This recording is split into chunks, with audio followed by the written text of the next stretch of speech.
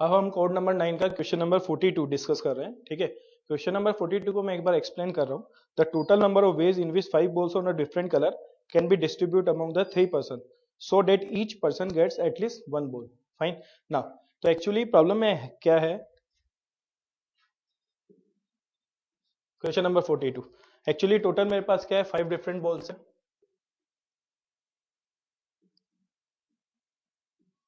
ठीक है, और मेरे पास क्या है, 3 पीपल्स है या 3 पर्सन है। इनमें हमको इसको डिवीजन करना है। ओके, तो सबसे पहले हम क्या करेंगे, जो मेरे पास 5 डिफरेंट बॉल्स है उनके पॉसिबल ग्रुप बनाएंगे। क्या क्या पॉसिबल ग्रुप्स हो सकते हैं।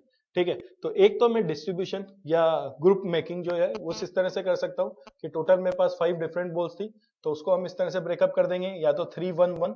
ओके, और या फिर 2 2 एंड 1। यही पॉसिबिलिटी है। एक पॉसिबिलिटी क्या होगी, 3 1 1, और एक पॉसिबिलिटी क्या होगी, 2 2 1। ठीक, मैं यहाँ पर देखता हूँ कि नंबर ऑफ वेज काउंट करता हूँ, तो सबसे पहले मुझे क्या करना पड़ेगा, ग्रुप में डिवीजन करना पड़ेगा।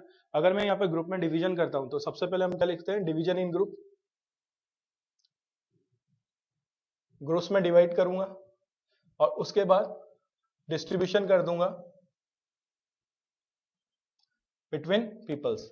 ठीक, तो अगर मैं डिस्ट्रीब्यूशन इन ग्रुप्स करता हूं तो अल्टीमेटली फाइनली मेरे पास क्या हो जाएगा, 5 factorial divided by 3 factorial 1 factorial 1 factorial, this is 1 upon 2 factorial.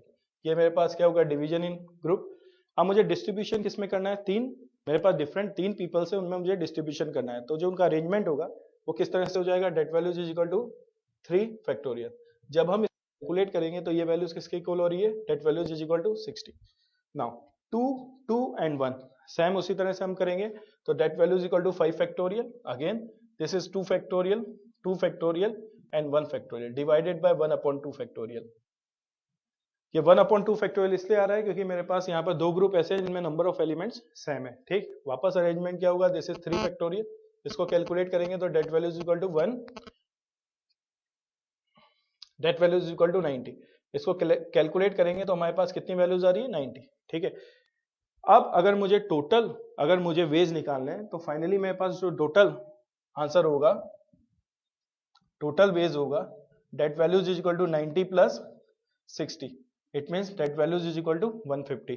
और अगर मैं 150 देखता हूं तो ये ऑप्शन मेरे पास क्या है, this is the option B.